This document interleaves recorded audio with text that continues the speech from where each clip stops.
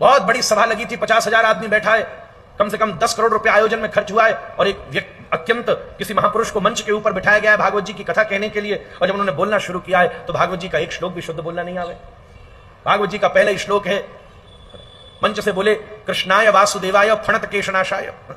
श्लोक है कृष्णाय वासुदेवाय प्रणत क्लेशनाशाय, कहने का अर्थ है हे कृष्ण वासुदेव, प्रणाम करने से क्लेश दूर होते हैं। पर उन्होंने श्लोक बोला कृष्णाय वासुदेवाय प्रणत क्लेशनाशाय। आपको तो उच्चारण में अंतर भी नहीं लगा, पर अर्थ में पता है कितना अंतर हुआ। वो क्या कह रहे हैं, हे कृष्ण हे वासुदेव, ये जो सांप की तरह मेरे बाल हैं इनका नाश कर दीजिए। अब ये अर्थ आपको सुनने में कैसा लगेगा? मतलब वो ये कह रहे हैं कि आपके जितने केश हैं ये समाप्त हो जाएं, हर रात्रि 2 चंद्रमा निकलें, एक आपके घर में एक आसमान में, तो इसका क्या फायदा होगा? इस व्यवस्था का स्वरूप तभी होगा जब इन संस्कारों की व्यवस्था अच्छे से करने की मांग जागृत होगी हमारे भीतर। एक बहुत विधिवत व्यवस्था से हमें उसके कृत्य को करना चाहिए।